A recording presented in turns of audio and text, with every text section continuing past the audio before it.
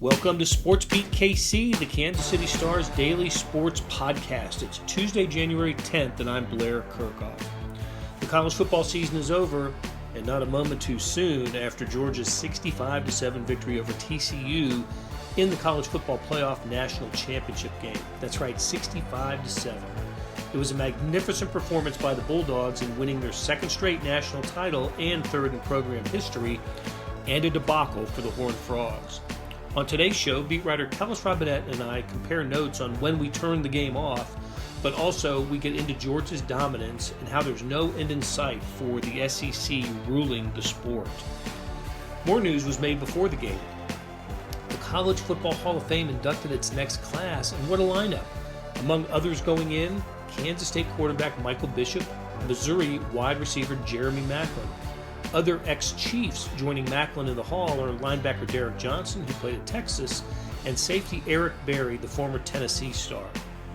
After a break, we share part of a recent interview with Tulane coach Willie Fritz. His Green Wave produced perhaps the most dramatic bowl finish, coming from 15 down in the final 4.5 minutes to beat Southern Cal in the Cotton Bowl.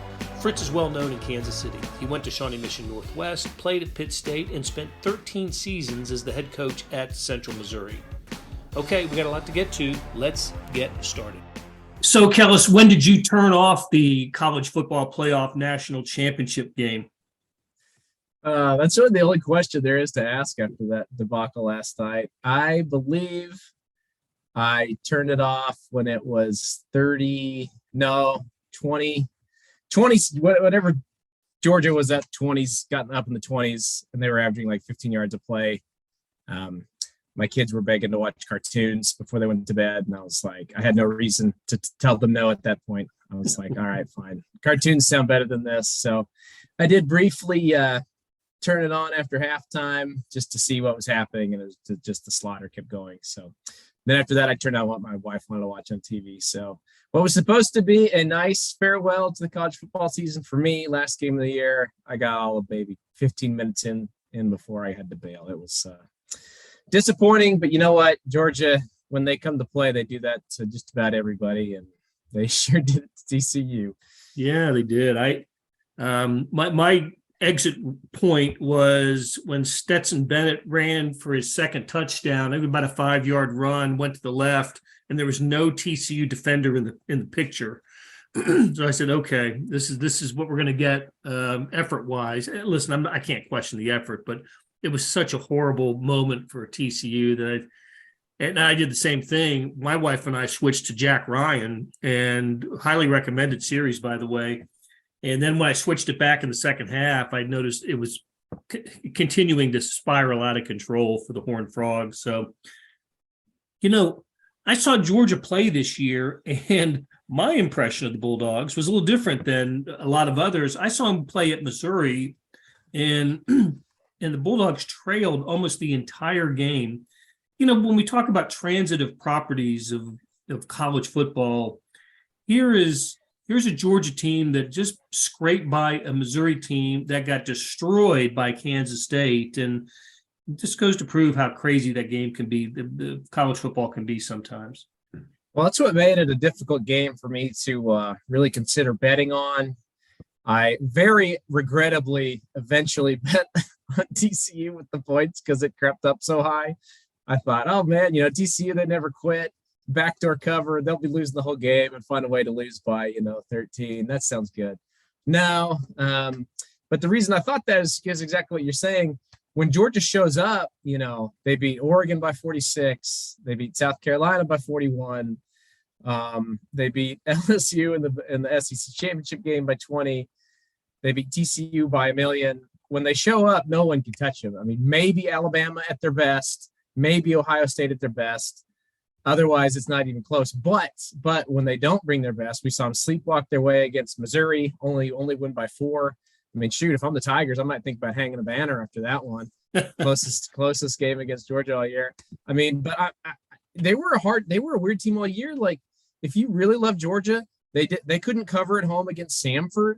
They couldn't cover at home against Kent State. These games were like 2 touchdown games against Samford and Kent State. It's like, what? So you knew when they didn't care, the games could be close. They had trouble with Georgia Tech late in the season, only beat Kentucky by 10. I'm looking at their schedule here. Really not all that impressive every week, but man, when they brought it, when they cared, they made Tennessee look like a FCS team. TCU looked like a D2 team. Oregon looked like a high school team.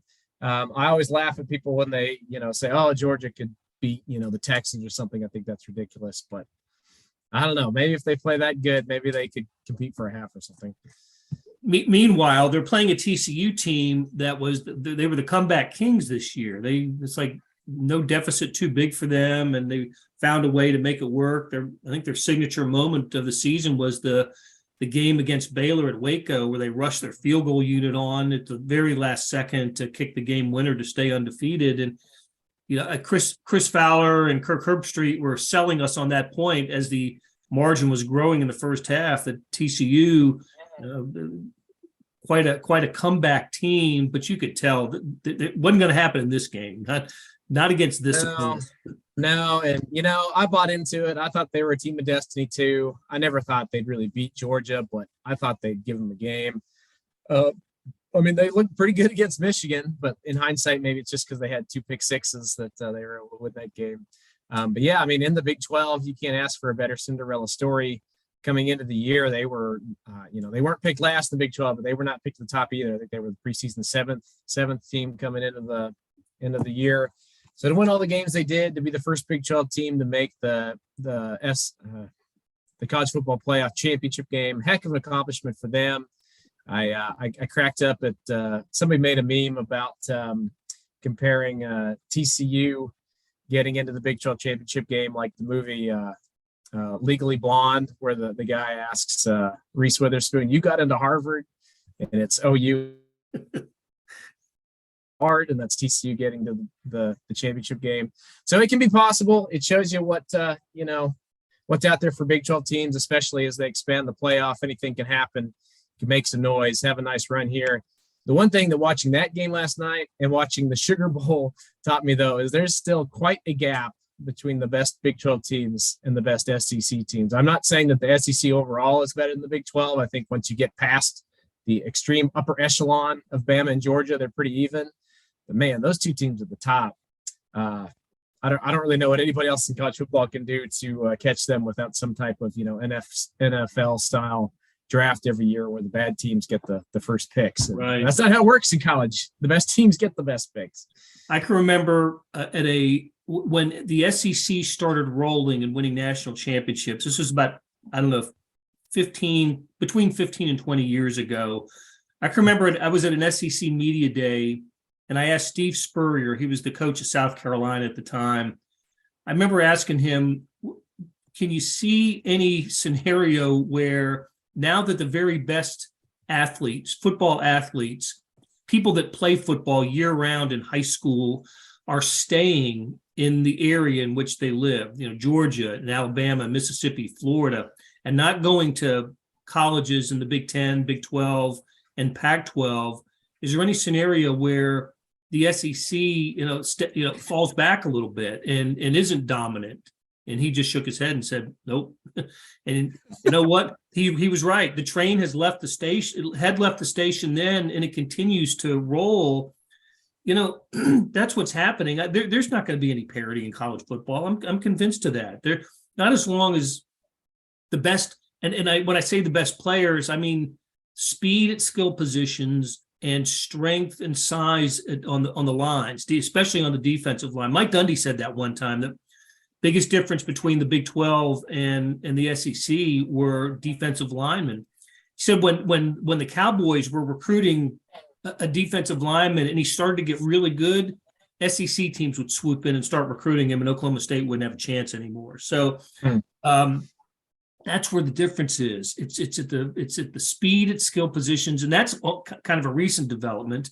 Why SEC being a great wide receiver conference, but the strength in the interior, that's just, you can't duplicate that anywhere else, and that's why it's going to be so difficult for teams to break through against the SEC, Georgia, Alabama, and we've seen, LSU was a super team a few years ago with Joe Burrow.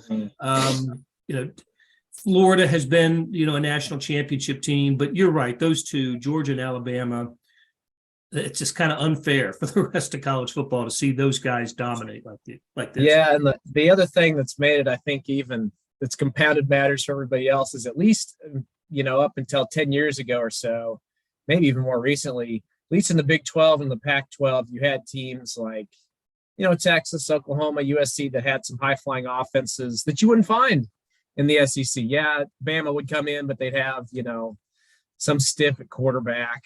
Even last night, Stetson Bennett, I know he looked amazing, but he wouldn't be in my top 15 quarterbacks I'd want at the next level. I'd probably want Right. Max Duggan more than Stetson Bennett. But they're opening up their offense. They're throwing to their tight ends. They're throwing, like you said, to wide receivers. Georgia scored 65 last night. It's not like the old days where only, where it was this amazing Big 12 offense versus great SEC defense. Now the SEC's got the offense to go along with it too. I think, Nick Saban kind of realizing that he had to retool some things, changed a lot in that area. And Ole Miss is that way now with Lane Kiffin. LSU, we saw that when they won their title, they were high-flying offense. It makes it even harder. And I think I saw the stat last night that really kind of opened my eyes. Was Georgia did all this with only one incoming transfer on their entire roster, which is kind of the anti what everybody else is doing. In the Big 12, you're trying to get guys from the SEC to come here and play. In Georgia and Alabama, they're just recruiting a bunch of 5-star guys and winning with the people they get in their own backyard. And last night was kind of a rude wake-up call for anybody who thought, the gap was closing. Hopefully we'll get some better championship games down the line. And I guess the one thing I would be interested to see is how much differently do you think it would have been had Ohio State made that field goal against Georgia? I think TCU Ohio State would have been a much closer game. Right. Yeah. If you're right, if Ohio State makes the game winner at the end, or if Kirby Smart doesn't take what I call the greatest timeout in college football history to basically, he had the press box coach had sniffed out a fake punt that Ohio State was going to pick up a first down on. They made, the play ran, but later was determined that Georgia had called timeout. Ohio State got a first down that would have salted the game away. But Georgia got the timeout. They stopped Ohio State, had to punt, and that led to the, continued the Georgia comeback in that game. But that's a good point, Kellis, that Ohio State had this team beat. And I absolutely am convinced that, especially after what the game that TCU played against Michigan, that TCU Ohio State would have been a much more competitive game than what we saw on Monday night. So moving in the future, once we do get the playoff, hopefully there's some years where that happens, and Georgia and Alabama aren't in the title game, and we get a game where it's two Cinderellas like we see in basketball sometimes. Yeah, I think the expanded playoff is only going to reinforce the SEC as they're going to there'll be 5 teams out of the 12, and they'll be playing each other for the national championship more often than not, and especially with Texas and OU moving in there. Right. Exactly. Okay, but before the game was over, I true confession, I did my final AP top 25 during the game, as it became a rout, and had Georgia number 1 before it was over. But where'd you have Kansas State in your final top 25? I put them in number 9. I left them in the top 10, even though they didn't look so good against Bama. My thinking is most teams would not have looked good against Bama in that setting, the way they got rolling. So I didn't really penalize them for that. I had to do that with a couple teams. Bowl games are just, I stayed pretty close to where I had them at the end of the regular season. Bowl games anymore, when you got all these opt-outs and stuff, it's like, do I really want to penalize Texas for losing to Washington without all their best players? Not really. Do I want to penalize Kansas State for losing, for running into a meat grinder against Alabama? Not really. But I saw they ended up 14, which is, pretty good season for them. First time they've been ranked in the final top 25 since Jake Waters was quarterback here in 2013, 2014. So good season for them. But yeah, I had them at 9. Where did you live? I think I had them at 14. If not 14, then I had them at 15. My problem was I agree with you that the bowls have changed. If you're not playing in the highest profile games or in the college football, the semifinals, chances are your roster has been greatly diminished, and it's really difficult to evaluate someone liking these college bowl games now to football friendlies. I like that description. Yeah. But Not entirely. Yeah. But what I didn't know what to do with, the Pac-12 teams were difficult for me to judge. Oregon State, both I thought finished so strong this year and had good bowl wins, bowl victories. I awarded them. Well, after I got through like 8 or 9, I think after I got through, I think I had Washington at 8, Penn State at 7, and then maybe I forgot who I think I pushed Oregon State up to 9. Then I had a really hard time over the next 10 or so, what to do with them, how to factor in the bowls. LSU beat the bejesus out of Purdue in its bowl game, but I don't think I gave them a bounce for that. But then the other challenge was 20 through 25, who leaves, who enters, and I think I put Texas Tech in my final poll. So that's probably one that I thought a lot about and how to evaluate Tech. Yeah, I thought about the Raiders for one of my last spots. In hindsight, maybe I should have slipped them in there. They came on really strong at the end of the season, and honestly, if they'd have just won one more game in the Big 12, they would have been in the Big 12 championship game instead of Kansas State. So they were pretty close. Some surprises I had, something I never dreamed I would do. I had Tulane at number 8. Yeah, how about overall.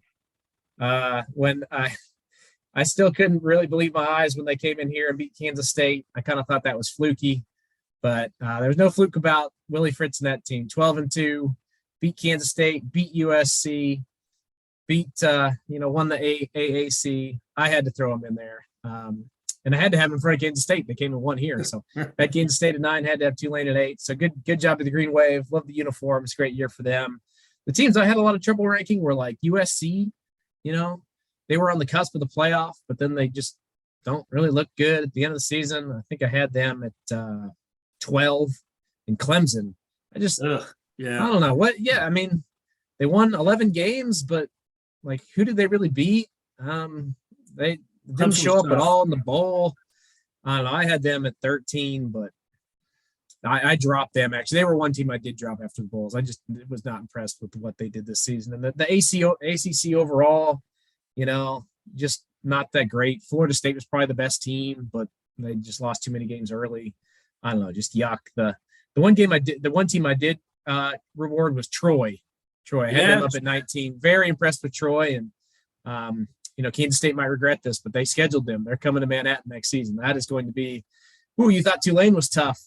Troy might be even better next season. Those Sun Belt teams, baby. I love my Sun Belt. And speaking of Tulane and Willie Fritz, after you and I are done talking, Kellis, we're going to take a little break. And Willie Fritz, you'll hear from Willie. I got to talk with him a little bit last week about catching up with him, Kansas City, and incredible bowl victory for Tulane, beating Southern Cal in the Cotton Bowl, coming down from 15 with 4.5 minutes to go. And he called it the greatest victory in Tulane history, and I think he's right. So, after we finish Gavin, you'll hear from Willie Fritz. But, hey, other piece of news, and this happened before the game kicked off on Monday, announcement of the College Football Hall of Fame. And it was, the release came with all the names listed, but before that happened, schools were announcing it themselves who all was going in. So, you got a Kansas State announcement, and I'm thinking, oh, this is interesting. I call it up, and there it is, Michael Bishop in the College Football Hall of Fame. Same thing with Missouri with Jeremy Maclin, and so on and so forth. So, great to see. This is a topic you and I have talked about for several years, and didn't get in on his first ballot, but he's in, and that's all that counts. And he is so deserving. In fact, part of my conversation with Willie Fritz that you won't hear because it happened late and we had to edit it out, but he coached Michael Bishop in junior college. He was Michael Bishop's Blinn coach, and we were talking about what needed to happen to get Michael Bishop into the College Football Hall of Fame, and a few days later, here he is. So. What did you make of the news, and how deserving is Michael Bishop? I mean, really, all I can say is it's about time. He's deserving. He had been on that ballot for so long. I was worried he would run out of eligibility before they finally wised up and put him in. And every year that goes by, it gets harder because, I saw Michael Bishop play, but I was a teenager living in Austin, Texas at the time. I could not have cared at all about Kansas State. But people even older, even younger than me now are going to be voting for these things. They're going to say, Bishop, who barely played in the NFL or whatever. But you go back and look at what he did at Kansas State. I mean, I think he's still, I'll say arguably the best quarterback in Kansas State history, but you could probably remove arguably what he did in just 2 seasons was, if you stretched it over 4 years, nobody else could touch it. Put up crazy numbers, led Kansas State to 22 wins, had the best regular season in school history, 1998, when they went undefeated and almost made the BCS championship game. Only a double overtime loss to Texas A&M spoiled it. But just think of the things he did. He was so athletic that he came into Kansas State late from Blinn Junior College, basically hardly practiced with the team, and literally just walked onto the team and won the starting job like on the first day of practice. Didn't even need to look at the playbook or anything, kind of like Baker Mayfield just walk in off the street to lead the Rams to a win over the Raiders. It was like that, except that Bishop made things look a lot better than Mayfield did in that game. And, Bill Snyder, I know he was really trumpeting Bishop to get in. And, I think if Darren Sproles can get in, first ballot, I think Michael Bishop belongs in there. And congrats to him. He earned it. One of the best players in Kansas State history, Heisman finalist, won the Davey O'Brien Award, one of the best players in Big 8 history. I'm just glad he got in. Yeah, I tell you what, his highlight reel, go to YouTube and just punch in Michael Bishop Kansas State highlights. It's remarkable. He was doing things that I had. He was one of the first great dual threat quarterbacks. I think he was Vince Young before Vince Young. And the other thing, there's this one play, it must have been against a non-conference opponent that I remembered seeing it, and then I relive it on this highlight reel clip. I've never seen a play like it where he not only shakes off a sack, he goes 20 yards behind the line of scrimmage and then throws against his body for about 70 yards on a ball that gets tipped up and caught by the Kansas State receiver just short of the goal line. But I've never seen anybody do anything like that. It's amazing, that play. It's maybe one of the single greatest plays I've ever seen a quarterback make. But that's what he did. That's who he was. Was it Donovan McNabb, the Syracuse quarterback he beat in the Fiesta Bowl that year? And McNabb goes on to a terrific career in the NFL, but Bishop did not, as you mentioned, and that's I'll always be maybe just wrong place at the wrong time when it came to an NFL career, but amazing college career for Michael Bishop. Yeah, and you make a great point there. I think him being ahead of his time probably is the main reason it took him so long. People maybe don't appreciate looking back the kind of trendsetter he was. People call it the Wildcat quarterback package pretty much because of what Bill Snyder and Michael Bishop did. You hike it to the quarterback, he runs with it, you get all the defenders in there, it's much harder to block, and on top of that, you can still throw. So he was really the first guy to do that, and he was, back then, think about the quarterbacks who were in the NFL, guys like Drew Bledsoe, Joe Montana, great quarterbacks, but not mobile at all, statues in the pocket. Bishop was one of the first guys to really be mobile and run and everything. And he, for all of college football, but just for Kansas State, look at the quarterbacks who came after him. All the guys L. Roberson, all the guys who came in and were great dual threat quarterbacks behind him. Big trendsetter. Colin Klein was that guy. Mm-hmm. Also on the list, class of 2023, a trio of ex-Chiefs. Jeremy Maclin from Missouri is among them. Maclin, 2 years, like Bishop at Kansas State, Maclin was 2 years at Missouri as a wide receiver and kick returner, and he was amazing, absolutely amazing. Missouri went 22-6 in his 2 years, won the Big 12 North both times. and Maclin was a kind of a man among boys when it came to his position. He was so much fun to watch. It was a big recruiting coup for the Tigers to get home state guy from St. Louis. Wasn't always guaranteed the St. Louis guys were going to go to Missouri, but Jeremy Maclin did and was one of the all-time greats. That's one thing that we're seeing with this College Hall of Fame now. Players that were there for only 2 years are now getting in. There used to be something of a little resistance to 2-year players, but those that went through the junior college ranks, like Michael Bishop, or those who stayed for only a couple of years, like Jeremy Maclin, are now finding their way into the Hall of Fame. Maclin, of course, redshirted 1 year. Also, how about Derrick Johnson and Eric Berry getting in? Derrick Johnson, the great Texas linebacker, 13 years with the Chiefs, and Eric Berry, the incredible safety, also going from Tennessee, was the NFL Comeback Player of the Year in 2015 after battling Hodgkin's lymphoma. Great to see those guys. We're going to have to find a way to get to the induction ceremony with all these good local players in it. Yeah, now you're talking. Yep. You're just sniffing out a trip to Vegas.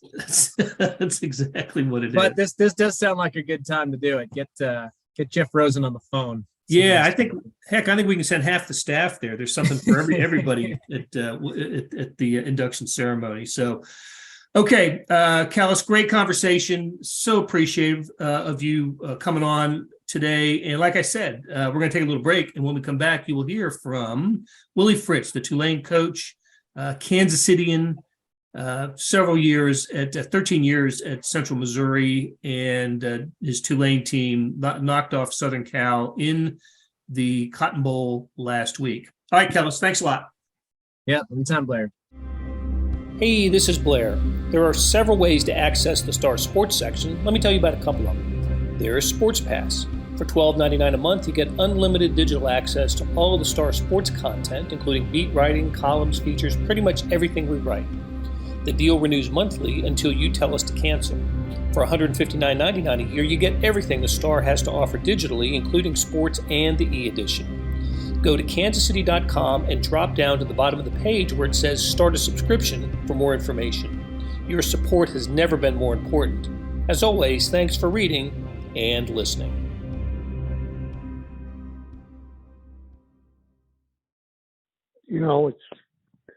It's the biggest, win in Tulane history, football-wise. And, the thing I was most proud of is, we're a small university. We've only got 8,000 full-time students, and we had about 35,000 there at the game.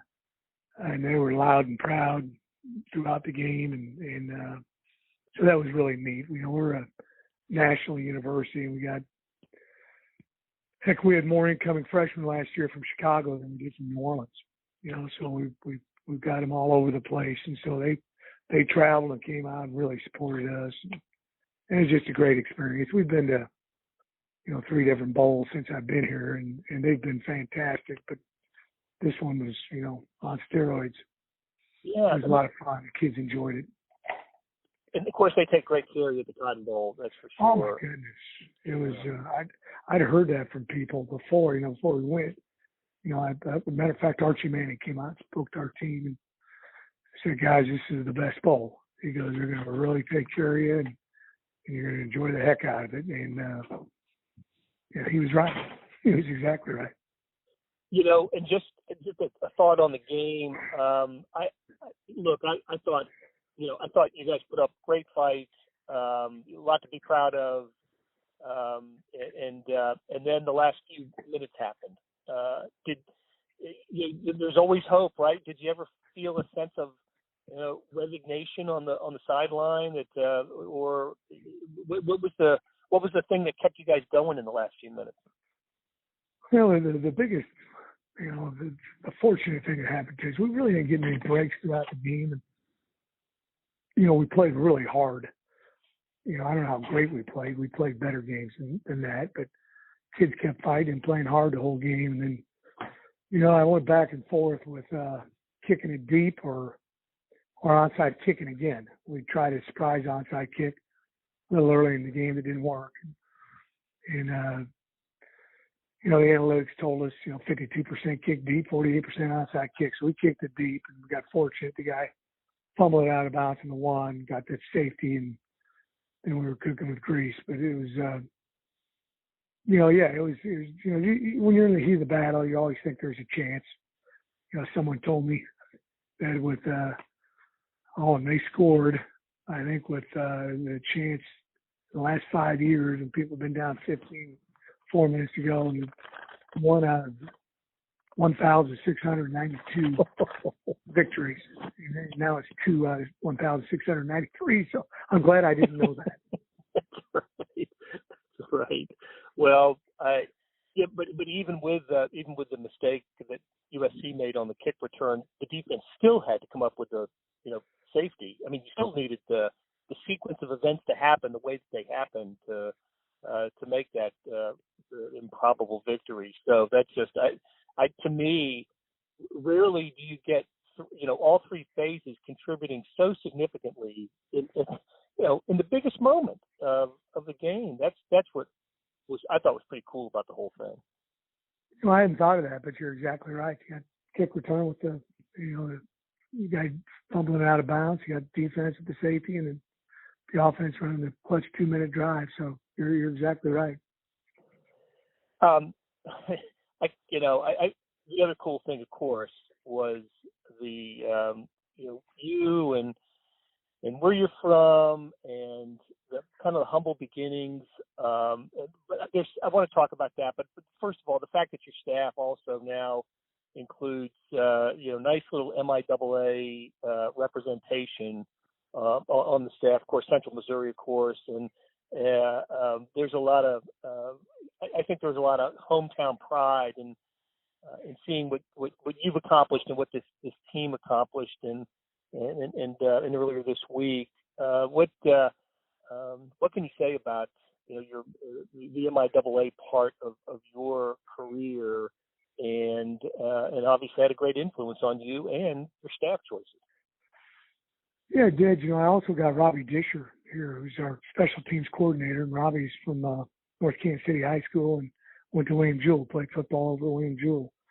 So he's on our staff. And then, obviously John McMiniman and Jim Sabota from Central Missouri. And my son's on staff. He was born in Coffeyville, Kansas, and raised in Warrensburg. So he knows that. So we've got a lot of, I think most of my coaches started it. They didn't really start on third base and think they hit a triple. So it's a lot of guys that kind of work their way up. And I've always felt like you can work your way up. I don't know if you can go back down, but it's just neat. It was a heck of an atmosphere. It was a heck of a venue for us to play the ball game at. We really enjoyed it. It was, I think it was special for all of us. You touched on something I wanted to bring up, and that is in concert with. I'm thinking about Chris Kleinman and his background, and Lance Leipold and his background, and you, of course, with junior college and Division II, and working your way up. There was a time when guys who had those backgrounds didn't really get an opportunity at the highest level of FBS, and I just think it says something about the way things have changed a little bit in terms of opportunity. If you keep knocking on the door, you keep winning, that there can be opportunity for coaches that have been in JUCO, Division III, Division II, et cetera. There's a lot of good coaches out there at all different levels. There's a ton of great high school coaches who could be in my shoes. D3, D2, D1, 1AA, JUCO, you name it. And, I kind of come from a university, with Pittsburgh State. I got text messages from Dennis Franchione, Gary Patterson, Jerry Kill after the game. Guys are all coached, at Pittsburgh State. So there's that element as well. So, yeah, there's a bunch of coaches, a lot of it's just luck where you get to and you're at the right place at the right time. I really haven't gone after any job that I've gotten. It's, someone knew somebody and knew me, or they saw something in me, and I got fortunate to get the job. So it's sometimes just good luck, but right. it's also, I'm speaking at the national convention this year, and that's one thing I'm going to talk about. Just be where your shoes are, and just understand the impact that my college coach, a guy named Ron Randleman, and he's at Pittsburgh State. And after I graduated, he went down to Sam Houston State, and I was down there with him at Sam Houston, and he was at the game, the other day. And I think he's come to 9 of my games this year. He's like a dad to me, but he's one of the greatest coaches I've ever been around. Had him at Pittsburgh State, assistant for him at Sam Houston, and I've always felt every place I've been has been a special place. That'll do it for today. Thanks to producer George Howard for putting together today's show, and to our SportsBeat KC production staff of Monty Davis, Randy Mason, Jeff Rosen, and Scott Chasen. Tip of the cap to Kellis Robinett for sharing his insights. Morning Sports Edition had complete coverage of the college football title game, NFL playoff news, and everything else in sports. Check it out at liveedition.kansascity.com. Thanks for listening, and we'll be back soon with another SportsBeat KC, where we talk sports in Kansas City